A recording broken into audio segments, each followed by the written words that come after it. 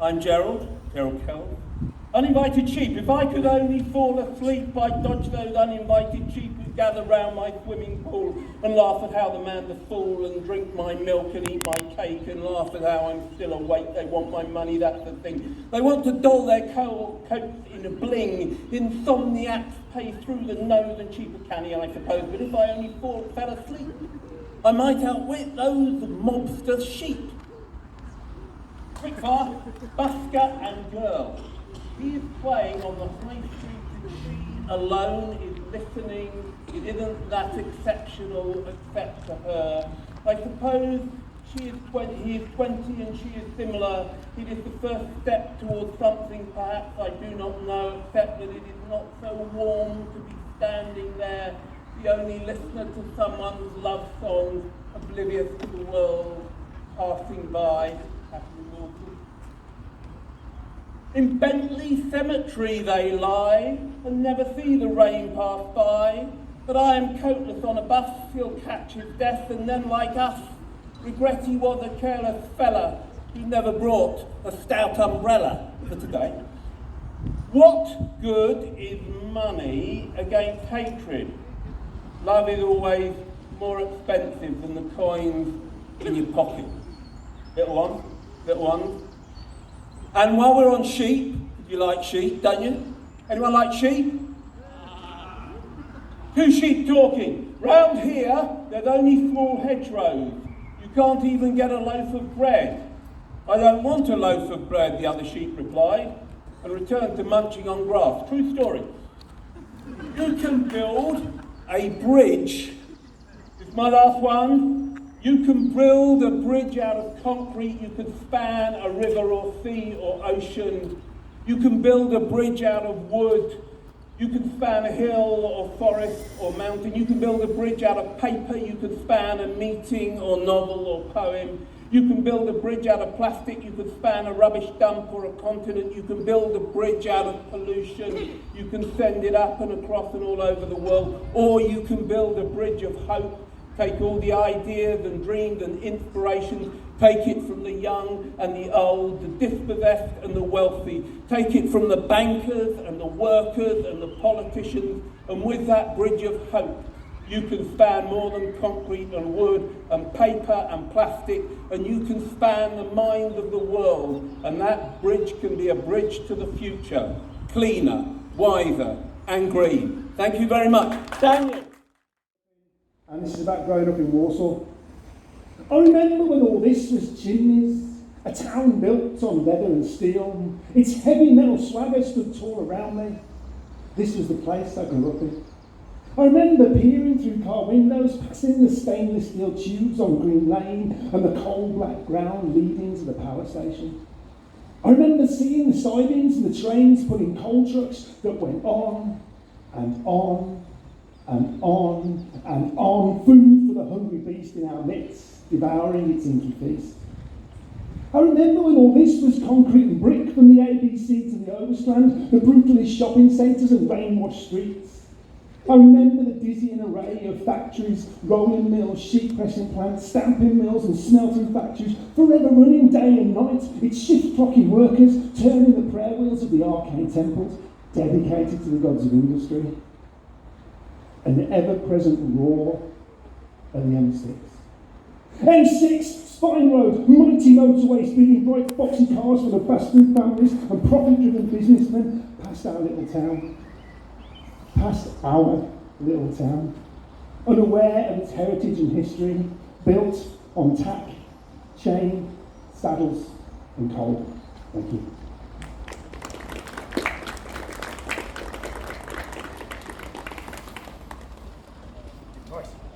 This next one's about my grandma. Unfortunately, she died a few years ago, but she was always speaking very properly at all the time. And this is a poem about her. Please be accurate. It is pronounced cannot, not car. Do not say war, say was not. It's important not to be lazy. My grandmother looked down on our lower class language, wincing at every gunner and wanner. She corrected us at every turn. Always the paragon of RP virtue, she stood sentinel over our language throughout our childhood and beyond. Did not day, fire, not fire. To her, language was the key to the success of future prosperity, and the only way to reach that goal was through crisp, perfect vowels. But I know where she grew up. How she was raised with her mother saying, "What have you like?" And I'll go to the foot of our stairs, and "Where am you going?" And just make sure you get home before it gets dark. And I know how she realised how such language would hold her back, how she would be looked down on as common, how she would be denied opportunities and chances to succeed. And I know how she worked to excise the patterns and phrases of the fine old language bestowed to her using the sharp knife of elocution. And how she managed to better herself, turn her back on her past and prize herself away from those muddy roots, and how she traded it all in for crisp, perfect vowels. And the fear that stayed with her all her years, and how she wanted us not to miss out on the same opportunities and chances. Because no one wants a girl with a voice like a scabby horse. Thank you very much.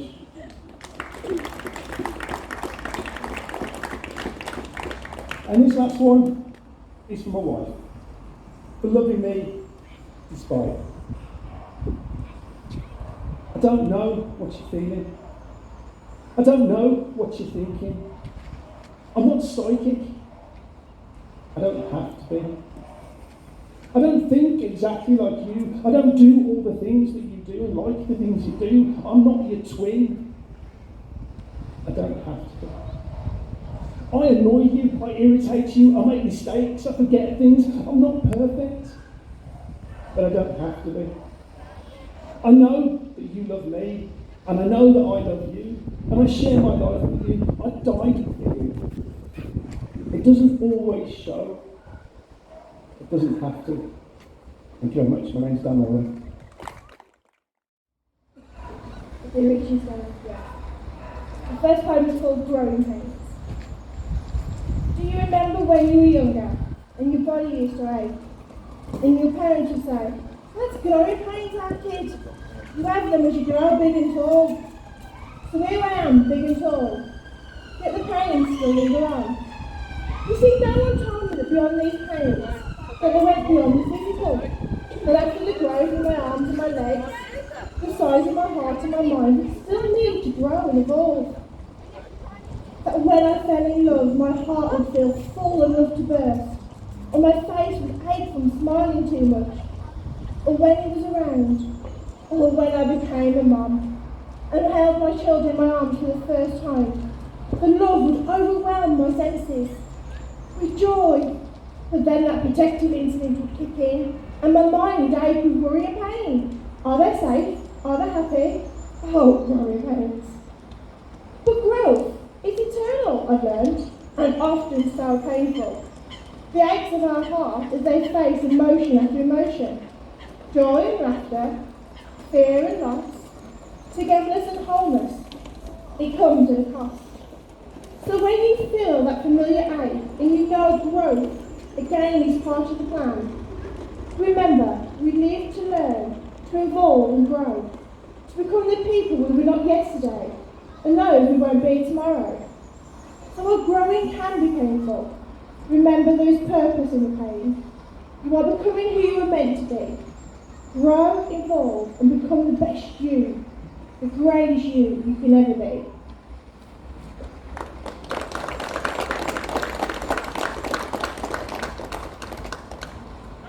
This one's called Imagination. You're not just a writer when you pick up a pen. You're a creator of worlds in which we can go visit them. We are pen letter writers of hearts yet to love, inventors of lands we've yet to make, believers in dreams and storyteller labels, connectors of people, creator of fables. As I place down my pen, I see her smile. Oh good, you're back in our world for a while. I smile at her, yes for today. But what she doesn't know, I don't need a paper or pen to create. To keep her happy, I will go outside for a play. To dream in my head is still creating, but just in another way. Pick up a pen, fill up the paper, allow your mind to create adventures for later. Go down the rabbit hole with Alice, where I nearly lost my head, and I flew to strange worlds on a flying bed. You're young, she says, you need to go out, have adventures. Hiding in your room is not the place to be. Oh, how I wish you would understand that the gift of a book. Oh, I wish that she could see. I've had so many adventures, too many to share, but I've fought dragons, orcs and evil. Why doesn't she care? I've been on quests for great loves, battles for freedom. I've travelled the world. Can you not see one? Books are not just paper that we hold on our hands. They are places to discover faraway lands. Words are not just things we used to say, what we need.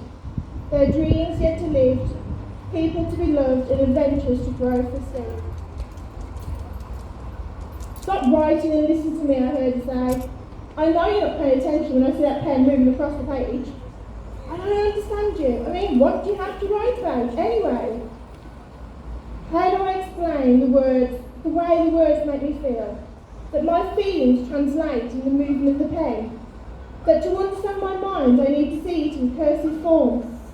I'm not just writing, I'm breathing, understanding and being. You need to get out of your head, out of those books, make friends. Friends? Doesn't she know how many I have? From the crime-solving famous five to the magic of those that live in the faraway tree. I have so many friends yet she cannot see. Get outside, she said, go and play, go explore. Again, dear one, don't you know, I've been to the land at the top of the tree, and one was covered in snow. So pick up a pen, fill up the paper, allow your mind to create adventures for later. Pick up a book and visit faraway lands. Make friends with monsters or play rock bands. Writing is a gift that keeps on giving, and reading is the dreams that we can keep on living.